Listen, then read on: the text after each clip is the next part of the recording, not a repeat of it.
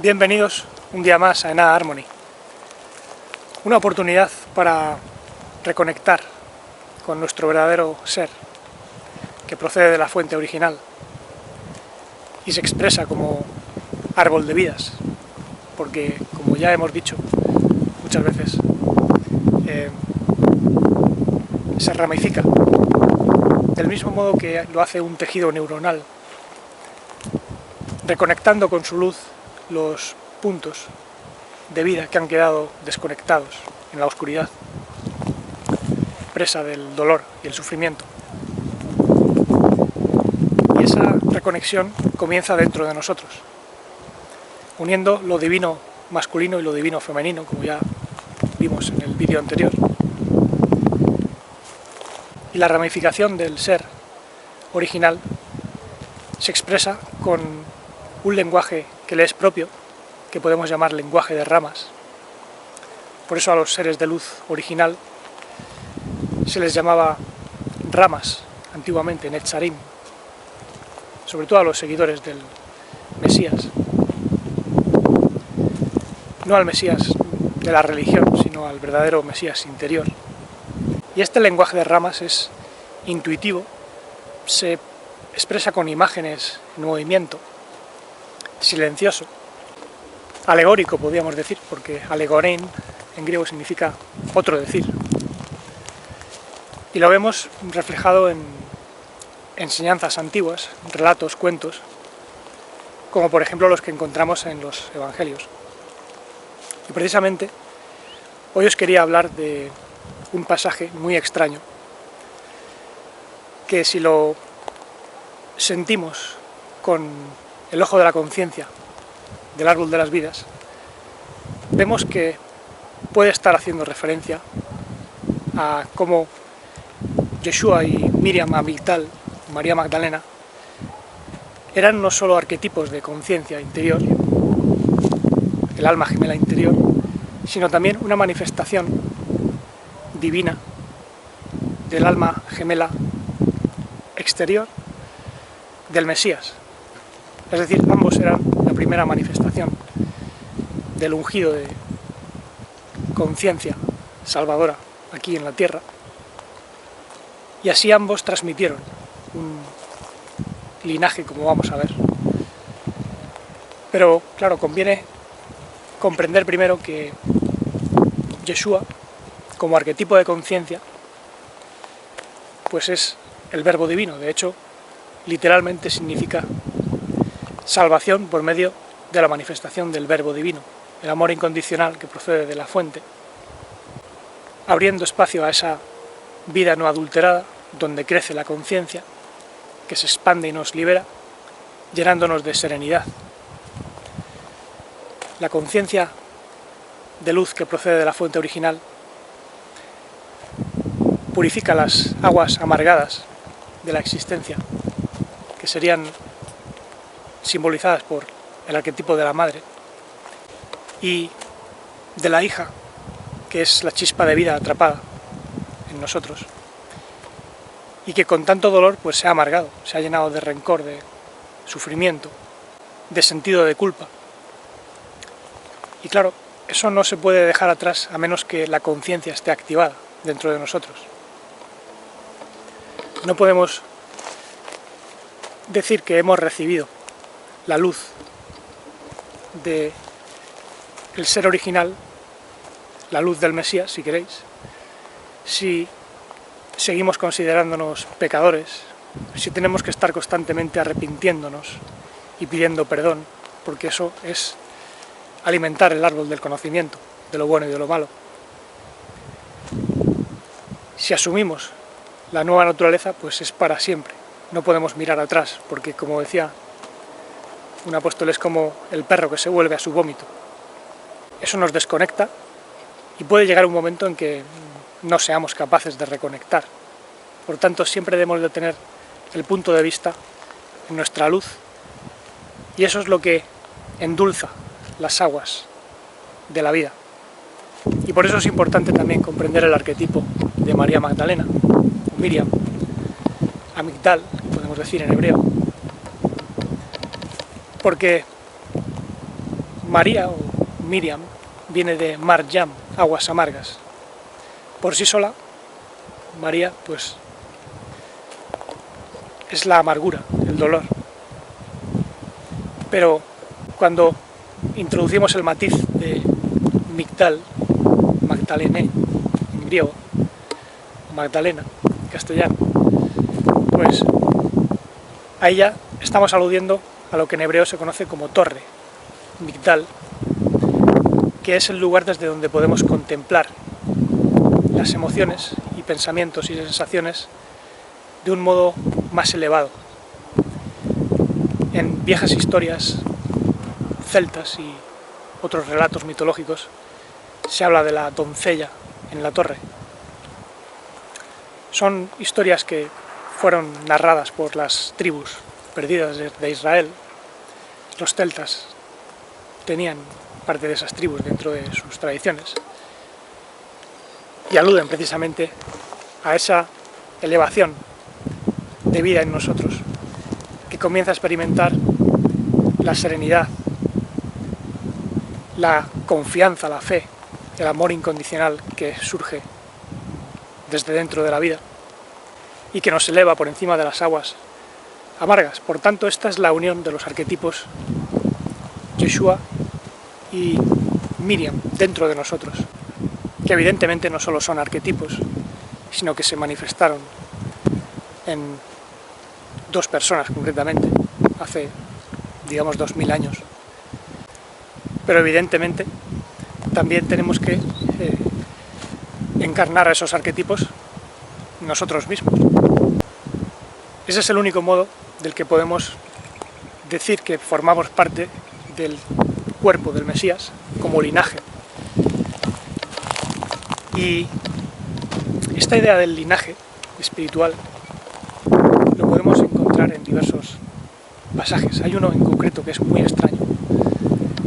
Juan 19, versículo 26, si no recuerdo mal, donde se dice que donde estaba colgado Yeshua, esto sí es un hecho histórico porque sabemos por las actas judiciales judías que realmente a quien llamaban Yeshu fue colgado en la víspera de la Pascua, seguramente a la manera judía, en un árbol, no en un madero romano. De hecho, así lo dicen algunos pasajes del Evangelio, donde se menciona Shilú, el árbol. Y en ese lugar pues se dice que estaba la madre de Yeshua, la hermana de la madre, que era Miriam de Cleofas, María de Cleofas, y luego estaba también Miriam Amigdal, María Magdalena. No menciona a nadie más. Se ve claramente en el texto que alude a esas tres Marías que tienen un simbolismo por el nombre. No sabemos si realmente se llamaban así, pero vamos a decir que simbólicamente tiene sentido llamarlas así. Y dice que Yeshua, viendo a su madre, Miriam, y al discípulo amado, es decir, el texto ya está haciendo alusión a alguien que estaba al lado de María, la madre de Yeshua, y que era un discípulo amado. La Iglesia diría que es Juan, pero ahí no menciona a Juan. Por tanto, solo podía ser María Magdalena, como dice una tradición muy antigua y el mismo texto, porque a continuación dice que, viendo a los dos, le dijo a su madre, Miriam: mujer, contempla a tu hijo, o he ahí a tu hijo, se traduce a veces. Y mirando al discípulo amado, le dijo: he ahí a tu madre. Es decir, esa es una manera indirecta y elegante de comunicar que Yeshua tenía un alma divina que se estaba manifestando a través del discípulo amado, que era, evidentemente, María Magdalena. He ahí a tu madre. Se dirige a los dos, como diciéndola: ella es también tu madre, porque si tenemos el mismo alma, no se refiere a la Madre de Dios, sino madre más bien aquí en sentido figurado, biológico. Por eso dice que a partir de entonces el discípulo amado se hizo cargo de Miriam, la madre de Yeshua. Pero el texto evidentemente se puede interpretar de más formas. Se puede interpretar como que se hizo cargo de las aguas amargas, porque María Magdalena es el arquetipo de la vida que asciende en nosotros, como ya he dicho, purificada por la conciencia, y que nace efectivamente en las aguas amargas. Si no hay tristeza o oscuridad que iluminar, pues no tendría sentido hablar de esa elevación. Pero como la hay, pues esa tristeza de algún modo es el terreno donde nace la nueva conciencia. En ese sentido se puede hablar de madre. Aunque bueno, luego evidentemente la Iglesia romana le dio una interpretación distinta al pasaje. Viene a decir que María es la Madre de Dios, una idea que venía del antiguo Egipto, de la diosa Isis, que da nacimiento a Horus, que es la resurrección de Osiris, el padre de los dioses, que era el Adán caído, semillas estelares que cayeron y que nacieron en cuerpos de la tierra, representados por Isis, la naturaleza. Por eso la Iglesia tiene un obelisco en medio de la plaza de San Pedro, porque heredaron todo de esa tradición, y también de Babilonia. Entonces, de ahí heredaron el arquetipo de la Madre de Dios, que lo aplican a este pasaje quitándose de un plumazo a María Magdalena porque la consideran una prostituta o una mujer arrepentida, que no puede ser Mesías. Pero evidentemente, como vemos en otros pasajes del Evangelio, María Magdalena tenía una posición bastante reconocida. Eso lo vemos, por ejemplo, en el episodio de la unción de Betania, donde la mujer que unge al maestro también se llamaba María y estaba asociada tradicionalmente a María Magdalena. Así se deduce de la historia. En el Evangelio de Marcos y de Mateo le unge la cabeza, mientras que en el Evangelio de Juan le unge los pies, porque cada Evangelio se dirige a un grupo de oyentes diferente. Y el Evangelio de Juan está dirigido sobre todo a esenios y gente familiarizada con enseñanzas mercabáticas, lo que hoy llamaríamos cábala hebrea, que puede identificar ciertos mitemas, ciertos símbolos y alegorías. Y uno de ellos es la manifestación de el Mesías como Yeshua y Miriam, Amigdal, María Magdalena, los cuales iniciaron, como ya he dicho, un linaje espiritual que se fue manifestando en la tierra poco a poco a raíz de esa expresión. De hecho, tradicionalmente a María Magdalena se la considera como el discípulo amado que llegó a ser la representante, por decirlo así, de Yeshua cuando Yeshua fue asesinado como humano, no como Mesías, porque el Mesías no puede morir, pero el humano sí que fue asesinado, y ella quedó como máxima representante, pero en una tradición que operaba de manera sutil, no abiertamente. No hay muchos escritos que mencionen esa tradición, sí que hay representaciones artísticas y algún evangelio, por ejemplo, en el Evangelio de Felipe, que fue eliminado por la Iglesia, a pesar de que en las cartas de Pablo se menciona al Felipe el evangelista. Pero bueno, en ese evangelio se dice que María Magdalena y Yeshua tenían un trato más cercano, lo cual despertaba envidia en el apóstol Simón Piedra, y que la besó, también se dice. Algunos dicen que la besó en la boca, pero el texto no dice eso. como estamos hablando en sentido espiritual, no tiene sentido interpretarlo de manera romántica. Es como cuando se habla de un linaje biológico entre María Magdalena y Jesús, como hacen hoy en día en la New Age, o en la novela El Código Da Vinci. No tiene sentido cuando estamos hablando de un linaje espiritual. Eso es irrelevante, eso no podemos saberlo porque no estuvimos allí.